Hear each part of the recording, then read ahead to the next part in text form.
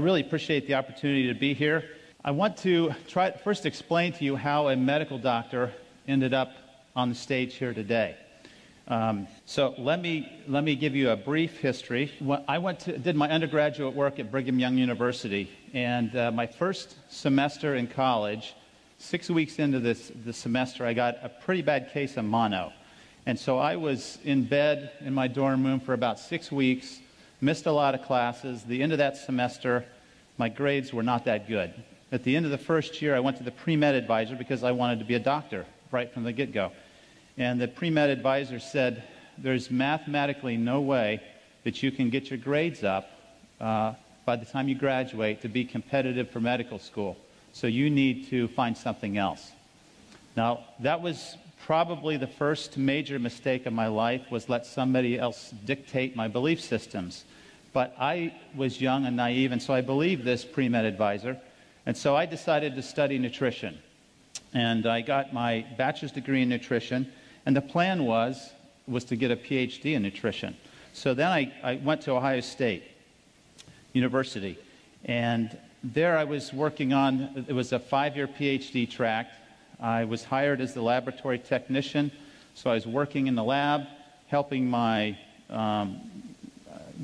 fellow students get their master's and PhDs, and working alongside them, working on my own. About 3 years into that, I decided that I didn't want to spend the rest of my life working with animals and with test tubes. I wanted to work with people. And my belief system started to change. And the belief system was, I was doing well in graduate school. I thought I was competitive and I could get into medical school. So I applied, and I was accepted. And I told them, if you'll just give me 1 more year, I'll finish my PhD research, because the coursework had all been completed. Just give me 1 more year, I'll finish the research. I'll start medical school with a PhD in nutrition. I thought that'd be a great way to start medical school. Well, the research wasn't going well. And at the end of that year, I wasn't ready. I wasn't done with my doctorate. So I asked them if they would extend me for another year, which they said, sure, we'll hold your spot for another year. Kept working on the research project that didn't work. At the end of that year, I asked for another year extension. They said, sure. So to make a long story short, the third time I asked them for permission to extend me 1 more year, they said, no, you've got a decision to make, because we're not going to keep holding this spot. You either start in 2 weeks, or we're going to give your spot to somebody else. Now, at this point, I had spent 8 years in graduate school. I had 3 children and a wife. I was starting to accumulate debt, and I was thinking, do I really want to tackle a new career? But that was my passion, and so it was a very difficult decision to walk away from 8 years of graduate research without that diploma. I had completed all the requirements for a master's degree, but again, the coursework was done. I loved nutritional biochemistry. I loved drawing the structures in the electron transport chain and the glycolytic pathway and lipid synthesis. That all made perfect sense to me. But I had to walk away from that. So I went to Ohio State to medical school.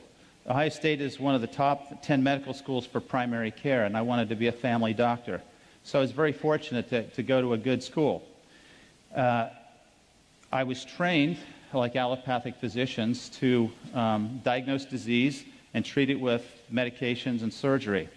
So when I got my medical degree, I then completed a 3-year residency at Grant Medical Center in Columbus, and that was one of the best training facilities, in my opinion, for family practice in the country. I delivered over 80 babies, done 70 or more circumcisions. I've taken care of critical care patients in intensive care units. I've run codes in the hospital. I felt very well trained and equipped to go out and start a family practice. So I started, now if you add this up, this is 5 years of undergraduate, 8 years of graduate, 4 years of medical school, 3 years of residency. That's 20 years after high school. And intermixed in there, I did a 2-year missionary service to Austria. So I was 40 years old before I started my career.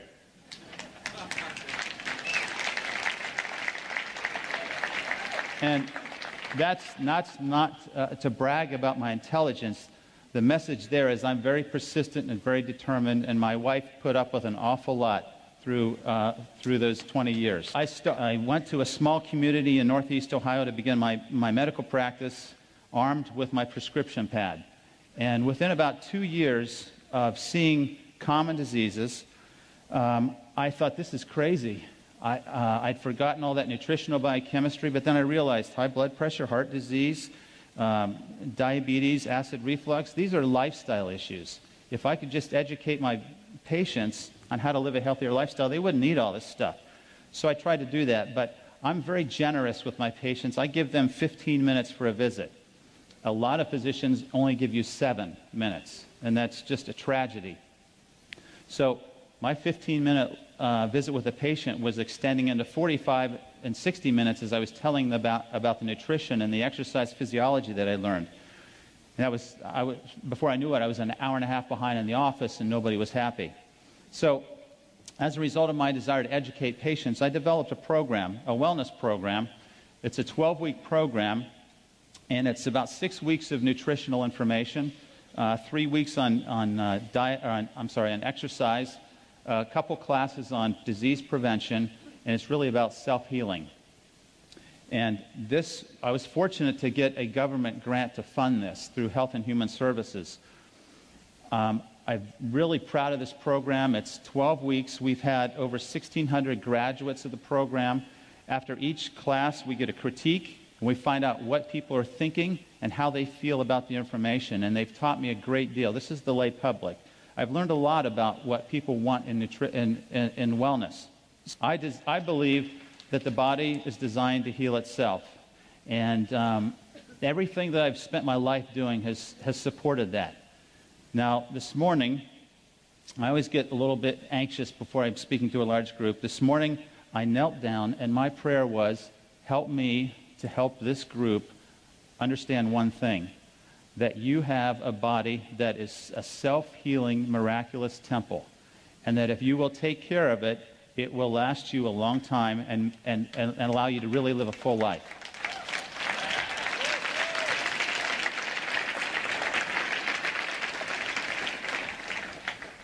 So this is what I see on a daily basis.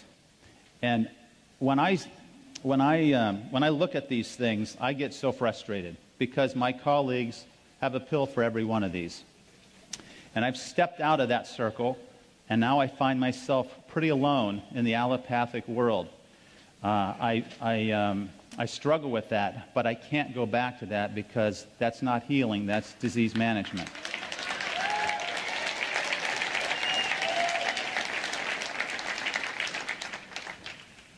I think most of you know this. Heart disease is the leading cause of death.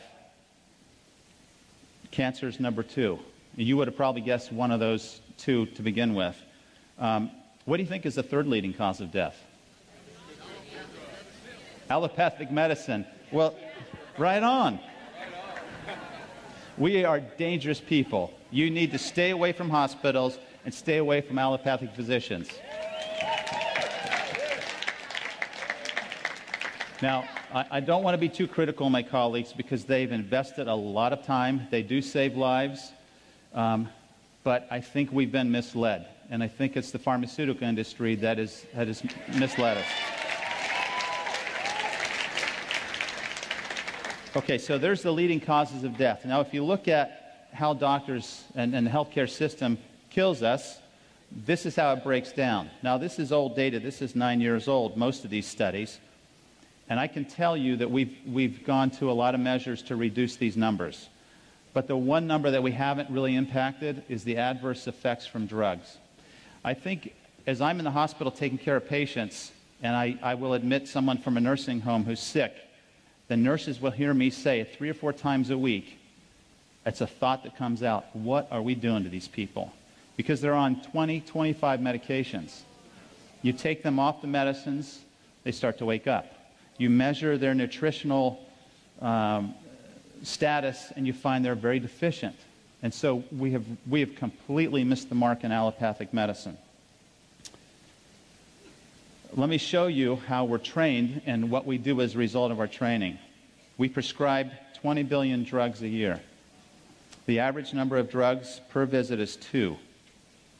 71% of office visits end up in a prescription, and the most frequently prescribed class is antidepressants. Now, you heard Dr. Allen talk about depression and brain chemistry. It's my opinion that about 10% of people who have anxiety and depression have a condition that medication has a role for. Most of the time, a healthy, balanced lifestyle will correct these problems. And in that lifestyle, of course, is the water. When I came across this slide, I was really upset. This is what the pharmaceutical industry is doing to all of us and to allopathic medicine. These are the big sales winners. Now, this is old data. It probably hasn't changed too much, but look at the profit margins that are made on these drugs. Now, I've highlighted in yellow drugs that are used to manage diseases and not cure them. These diseases, high cholesterol, acid reflux, depression, anxiety, high blood pressure, are for the most part diseases that a healthy lifestyle would reverse. And here we are giving them a pill for every condition. It's completely wrong. If you look at the expenditures, per capita healthcare expenditures in the U.S. compared to selected countries in 2006, you can see that we spend on average $6,500 a year per person on healthcare. In 1960, 5% of the gross domestic product was spent on healthcare. In 2007, it was 17%. 2017, it's predicted to be 20% of the gross domestic product on healthcare. So if we're spending that much money, are we getting healthier? Absolutely not. We are number one in responsiveness. We have the best EMS services in the world. We know we spend more money than anybody else. We rank number 37 in performance, number 72 in health, compared to 191 countries from the World Health Organization study. There's a problem here. This is terrible. We have to impact health in a positive way, or it will destroy our economy and destroy our health and our future. Now, I'm going to give you 3 hours of lecture in one slide. In 1900, we had the Industrial Revolution. And what happened was we were trying to feed people who were moving into cities away from the farm and the rural areas. So in order to do that, we had to find a way to preserve and prolong the shelf life of foods. So we developed some technology to be able to change the food to do that. And once we developed that technology, and the first one we did was the enrichment process, where we took the germ out of the whole grains. What happened was by the 1940s, we had nutritional deficiencies. So rather than add all of those back, we added 4 of them back. And that's what you see when you read a label that says enriched bread. It's enriched with 4 of these that are deficient and not all the other ones. But this was an act of Congress. By the 1950s, we were heavily promoting animal products, meat and milk. By the 1960s, we had the growth of fast food chains and diet pills. So our mindset's starting to shift. Give me a quick fix. By the 1970s, the food pyramid was designed to educate America that fats were bad and that we had to get them out of the diet. Well, fats are still bad if they're the wrong types of fats. And clearly, the carbohydrates that the food pyramid tells us to eat will make us gain weight and will cause disease. So this food pyramid concept has failed miserably, and we're paying the price for it. One of the reasons is in the 1970s, high fructose corn syrup entered the diet. Now, fructose is a fruit sugar. That's okay. We should have 3 or 4 servings of fruit a day. 2 to 3, no more. High fructose corn syrup is unnatural. It's a syrup with too much fructose. It stimulates the feeding center in the brain. This is the primary cause for obesity in the United States. And if you look at the obesity graphs, you'll see that they just accelerate almost exponentially starting in the 1970s when high fructose entered the diet. The other problem is trans and hydrogenated fats. These are not found anywhere in nature. The only place you will find a trans fat is in one of the stomachs of ruminating animals. No other plant, microbe, species, nowhere else in nature do you find trans fats. And yet it's in everything we eat because it prolongs the shelf life of the foods. This is a leading cause for many cancers, diabetes, many chronic conditions. A real problem. But what's happened is food technology has forced us to change the food supply, and in my opinion, in my world at least, belief system, God has created these beautiful foods for us to eat, and we're trying to improve on what's already there, and we're failing.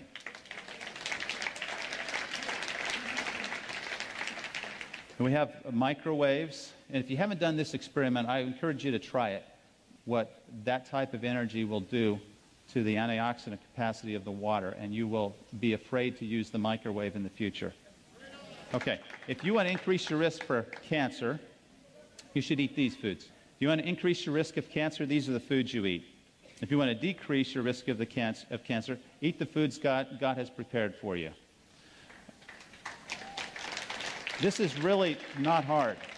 The best food that you can find in a grocery store is on the perimeter. Spend your time in the produce aisle. If you look in the center of the grocery store, it's going to be packaged, processed foods. They're going to be altered, modified, and nutritionally depleted. You want to stay away from those foods. Okay, a third of you are going to die from heart disease. A third of you are going to die from cancer. That's pretty, when you start thinking about that, we could go down the row here and start asking, well, how are you going to die? Because it's going to be one of these two. Heart disease, cancer, two leading causes of death. If you want to prevent heart disease, it's a healthy lifestyle. Now, there are going to be people who, despite doing everything they can, they're going to have high blood pressure. They need medicine. There are going to be people that, despite everything they can do, will have high cholesterol and diabetes. They need medication. But more often than not, a healthy lifestyle would reverse these diseases.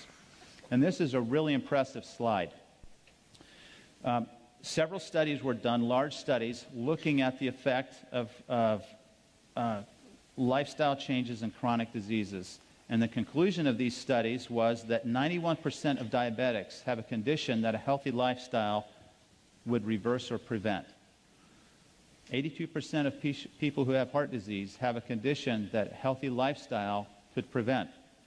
70% of strokes are preventable, and 71% of colon cancer. I personally believe that colon cancer is about 95% preventable with a healthy lifestyle. But yet, what are we doing? We're accepting that this is how we're going to live the remaining years of our lives, and it's a tragedy. Sometimes in our quest for wellness, we fail to see that we are the answer. Okay, here's what I believe. One of my core beliefs is that the body is designed to heal itself. We have all these systems that are there to help us take the nutrition in that we eat and circulate it, use it, and then excrete waste. It's a perfectly designed, well-orchestrated, beautiful, again, temple that we've all been given. A couple things about the cell that I think are absolutely phenomenal. It has its own unique machinery to repair and heal itself. Millions of DNA repairs occur every second in our bodies. Every day, 10,000 free radicals attack the DNA of every cell of our body. As it's sitting here right now, free radicals are trying to destroy you. But you've been given this beautiful temple that can heal itself and can find these, correct them, and repair itself. Each cell contains its own set of organs. They're called organelles. And there's a fascinating story here about the cells that I don't have time to go into. But it's a lesson of harmony, balance, order, and interdependence that can be applied at a much broader level, even for us as a human organism. The cells sense and respond to their environment. And the way they do this is through the redox potential. You guys know this. You're measuring ORP. The cells measure the ORP, and they respond. When there's a change, when it goes more positive, it signals an imbalance. It signals stress. And it initiates cellular repair. The cells communicate with and warn each other. And then finally, all proteins, lipids, and nucleic acid or DNA interact with water. So certainly, it's critical that you present it with the best type of water there is, and we all know which one that is. A couple lessons from nature. I think if you go out and study nature, there's so much that we can learn. Stress and recovery is one of the lessons that nature can tell us about. We're designed to adapt to short-term stress, not chronic. So the acute inflammatory response is to help us heal. Chronic inflammation causes degeneration, aging, and diseases. We want to stay away from chronic stress. And then examples of this lesson of stress and recovery is is the Earth. I look at the Earth as a living organism. And what does it do? It revolves, it has a rest period, and it has an active period. It's very predictable. There's a day and a night. We need to learn from that lesson. We need to get enough sleep. We need to exert ourselves in the daytime and recover in the evening. Then you have, as the Earth rotates around the sun, a full rotation is a year. We have summer and winter, and there's messages there on rest and recovery. Just as important as the exercise training protocol is the recovery protocol. And knowing how much recovery time you need and how to do that is absolutely crucial. So the question is, what type of stress and recovery are we doing now helping us have healing? So if you're going to fill in the blank here, our health is threatened by one process. What would you say? Oh, I've heard it. Okay. I'm going to say it's stress. So we need to talk about that for a minute, and I'm going to try to move on. This is the definition of stress. It's an imbalance of forces. Okay, so we have two types of stress. When we have an imbalance of these forces, you will have back pain if you're imbalanced in your posture. You will have all types of dysfunction if there's too much stress. This will lead to disease and dysfunction. However, if you have a balanced lifestyle, you will have harmony with natural laws, and you will be guaranteed healing and wellness. So we need to understand what stress does to us. Now, this stress can be, we can talk about this at every level. We can talk about this at the level of an atom, of a cell, of an organ, of a human body, and also as a community. And the concepts are the same. This is mind-boggling information, in my opinion. So I want to talk about oxidative stress because that's what pertains to what we're doing with the water. It is the mechanism of disease and aging. So oxidative stress is another way of saying free radical destruction. Free radicals are unpaired, negatively charged electrons or particles. They fly around the nucleus. They move at high speeds. They steal electrons from adjoining or adjacent atoms, and when they do that, they become stable, but they create an unstable atom in the atom that's lost its electron. This propagates itself in a very rapid, chain-like event, a nuclear reaction, you could say, in the cell, until there's a vulnerable endpoint where destruction occurs. These free radicals have a very short lifespan, a trillionth of a second, but that's just enough to cause significant damage. It's like a spark from a fire. And it was proposed in 1956 that this was the root cause of aging, but we haven't really paid too much attention to free radicals until just recently. So here's an example of a free radical. You have an atom that's stealing an electron. It's now stable, but now we've created an unstable atom. And it's going to react with another atom, and it's going to propagate until it causes destruction. Now, free radicals are all around us. Normal metabolism creates free radicals. Exercise creates free radicals. The microbes that are invading our skin and our respiratory tract and our intestinal tract, they're also creating free radicals. But that's okay, because what we're talking about is stress and balance. Our body is designed to handle that. If we do everything else right, we can handle these stresses. We have problems when we add additional stress from the free radical world in the form of air pollution and pesticides and herbicides, tobacco, radiation exposure. I would encourage all you women to look into thermograms as opposed to mammograms to reduce the radiation load.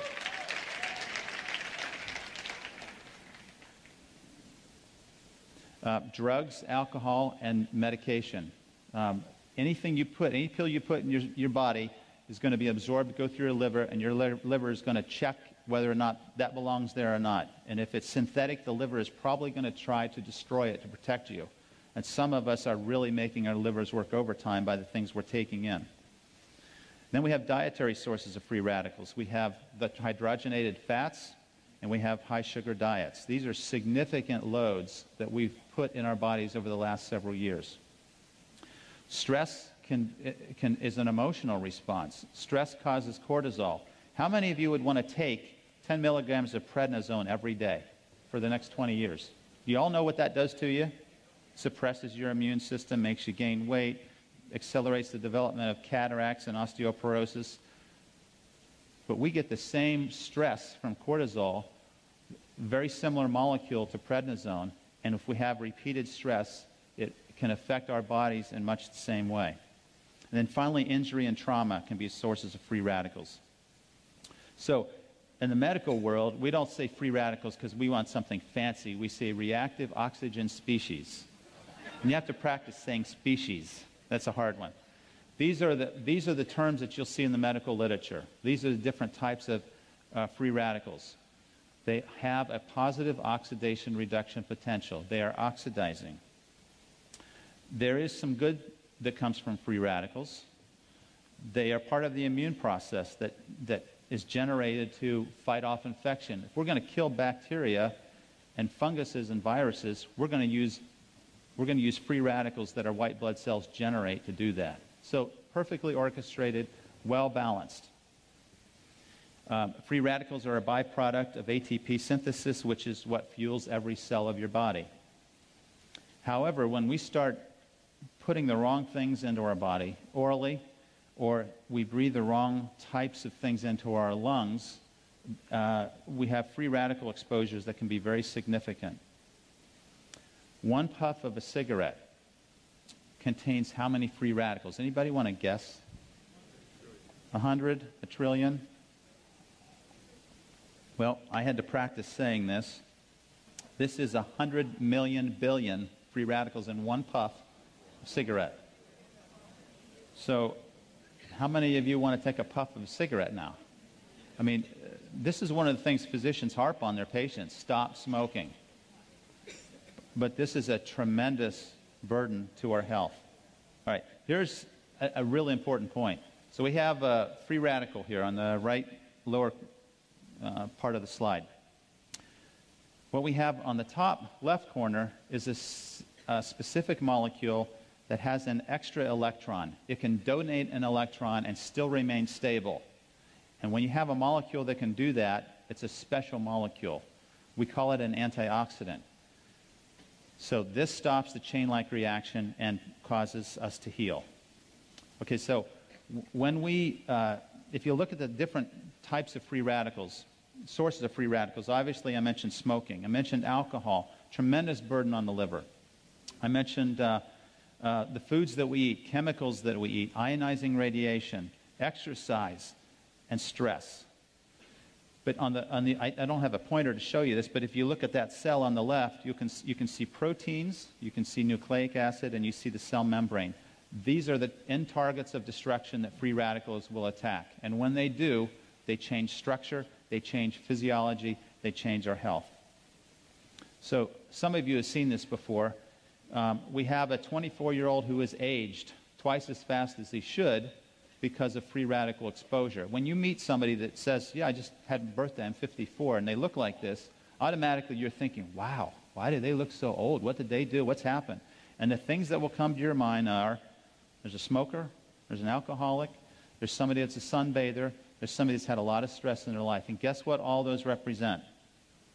Free radical burdens over a lifetime. We really need to think about this. Now, I feel like I can explain a lot of the things that I've seen in my patients who have started drinking this water. I haven't seen any studies on many of these, but this makes sense to me. Collagen is a protein. When you damage collagen, the protein is inefficient, and now you lose elasticity in your skin, and guess what you get? You get wrinkles. When you damage the elastin in a blood vessels stretch and contract. When you damage that protein, elastin, it won't stretch anymore. And as the blood squirts through that tiny opening, it doesn't stretch. Guess what happens to the pressure inside the artery? It goes up. So by the time you're 65, you have high blood pressure that you've never had. And you say, I don't believe I've had it, doc, because I've never had a problem with it. Well, after this many years of this type of lifestyle, you're going to have free radical destruction of that protein, and you're going to end up with hypertension. 2/3 of Americans who are senior citizens have this. When you damage the intimal lining of the arteries with free radicals, this is one of the propagating events of the atherosclerotic plaque. When you damage the DNA, you can have mutations and inefficient repair processes. You can also damage the insulin receptor, which is a protein that sits on the surface of the cell. And the insulin receptor has to bind to insulin. If it can bind to insulin, That's the trigger that opens the door for sugar to go into the cell. If that protein is oxidized, it will change its conformation and be dysfunctional. Now it can't recognize insulin, and the sugar doesn't go in the cell. We have insulin resistance. So guess what happens when you take antioxidants and, probably more importantly, use an antioxidant-rich water? Guess what can happen to diabetics who drink this faithfully? Their sugar improves, and I've seen that. Okay, so here's nature's prescription against free radical damage. We need to start with natural foods, raw foods. We need to be chewing as much as we can to activate the enzymes to start the digestive process early. All right, cellular antioxidants. This is the cool part for me, because this is all built in. We all have this when we're born. The cell membranes protect themselves with antioxidants, particularly vitamin E and beta-carotene. Outside the cell, our cells are protected in the blood system in particular with vitamin C and glutathione. These are antioxidants that protect the blood and the extracellular matrix. Inside the cell, we're protected by glutathione, and Dr. Allen had a picture of glutathione up here. It's an amino acid analog, vitamin C, and selenium. A lot of you are taking CoQ10. It's a great antioxidant. It's in every cell of your body in the mitochondria. If you take a cholesterol medicine, that should be part of the prescription, because cholesterol medicines will deplete CoQ10. Cellular antioxidants are listed here. So we have all these antioxidant systems to help us achieve this balance, and they can even regenerate themselves. If we get enough of these vitamins and minerals in our foods, we can regenerate some of this oxidative stress that's developing. Here's a list of foods that show you the oxygen radical absorbance capacity. It's a different set of units, but basically it's referring to the ability of these foods to act as a free radical scavenger.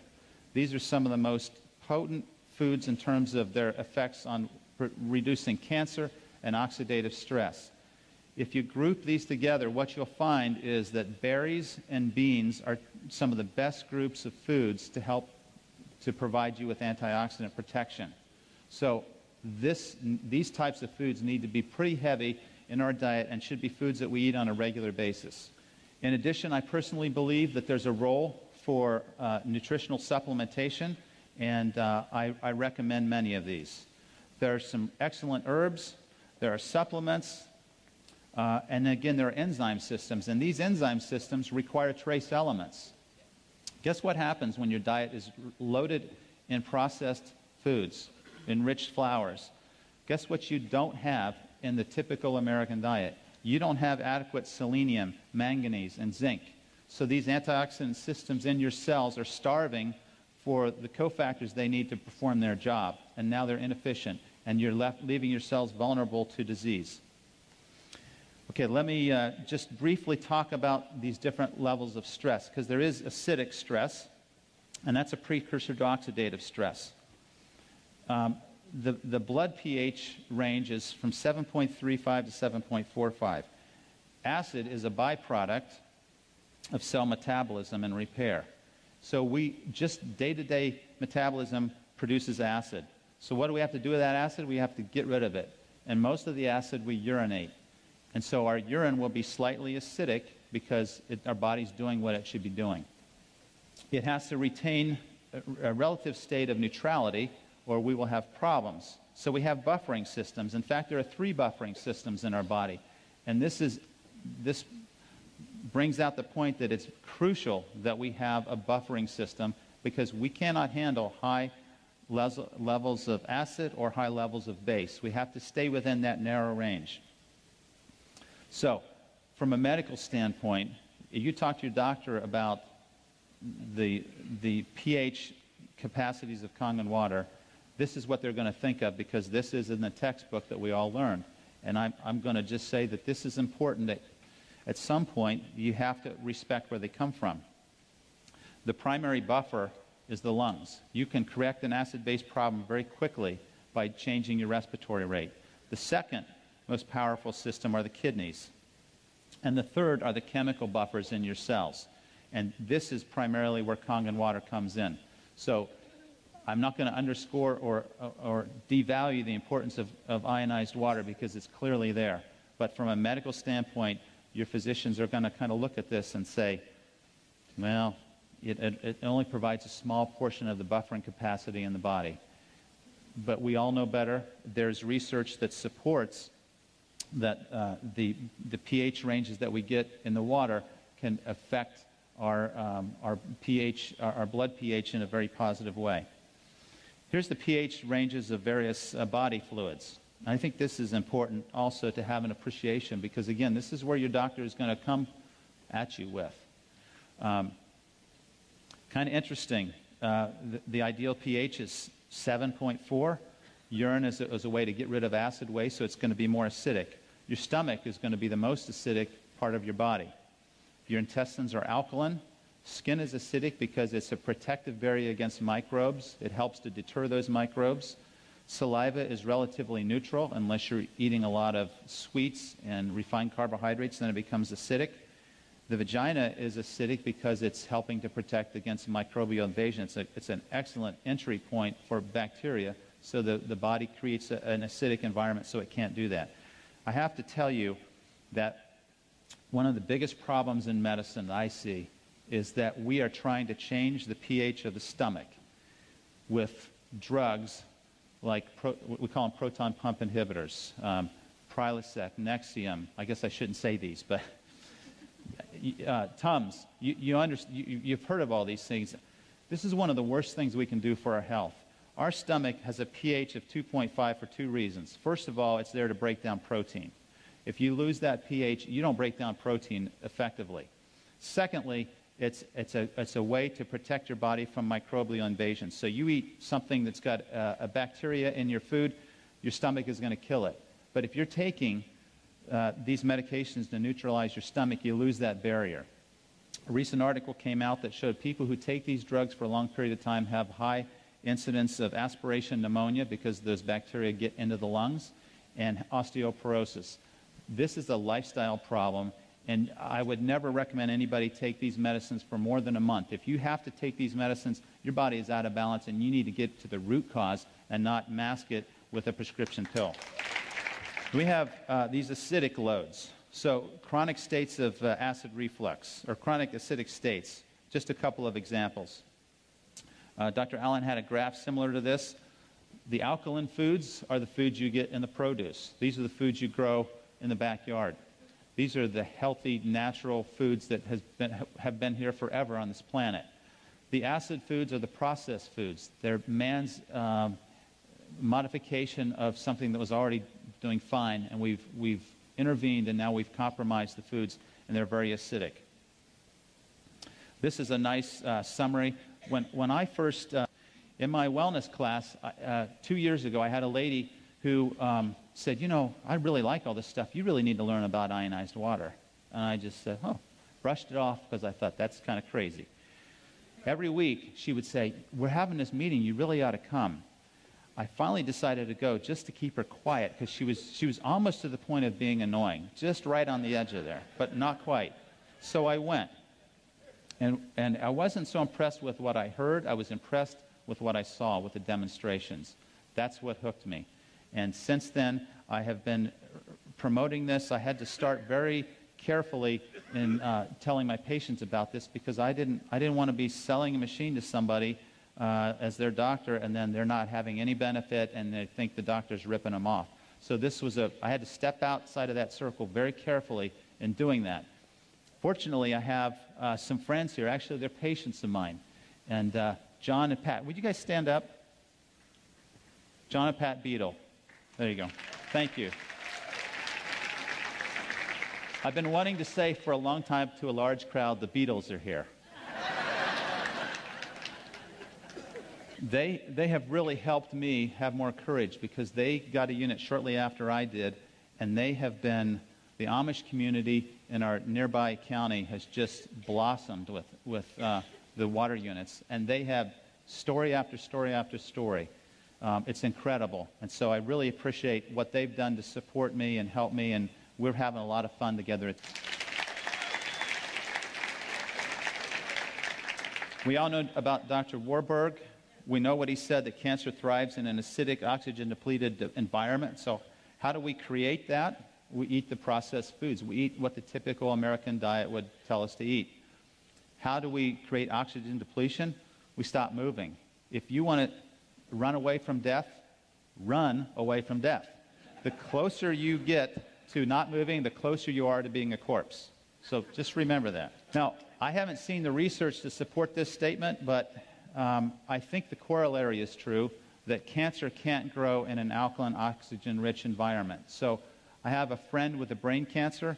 I bought him a unit. I sent it to him. I said, I want you to drink as much of this water as you can. I want you to take these antioxidants, and I want you to take a walk every day, get your heart rate up, get oxygen in your lungs. That's the best treatment that I know of for that brain cancer. And I can tell you that he's had 2 brain cancers, and his cancer has not grown in the last 2 years. So it's a phenomenal story. Okay, I'm going to just let you kind of glance at these, because now I do have to wind down pretty quickly. We dehydrate pretty easily, and I'm very dehydrated now. When we wake up in the morning, we're dehydrated. You need 20 ounces probably of water first thing in the morning. And for me personally, my health is pretty good. When I started drinking the water, I felt so energized in the morning.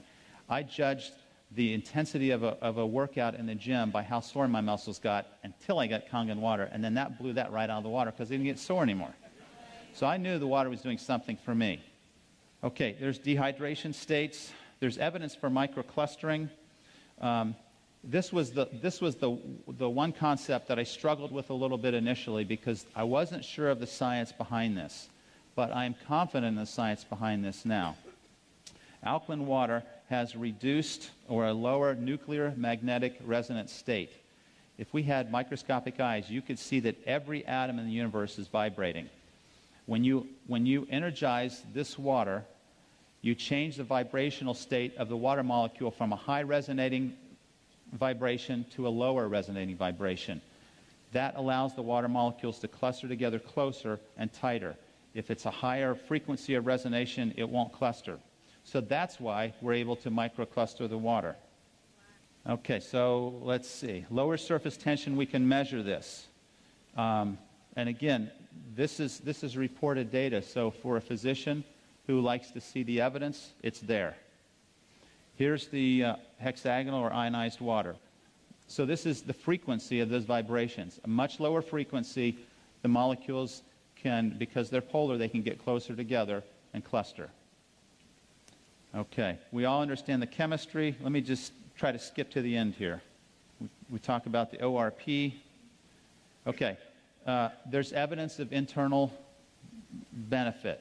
And I don't know if this, I think Dr. Allen alluded to this article earlier, that electron-rich water has a high pH and significant ORP, and it has been shown to protect the DNA from damage due to free radicals. Here's an article on the anti-cancer effect of water where they injected mice with melanoma cells. Melanoma is a very fast-growing cancer of the skin. They injected it into their bellies, and under their skin, they gave one group alkaline-rich water, another group tap water.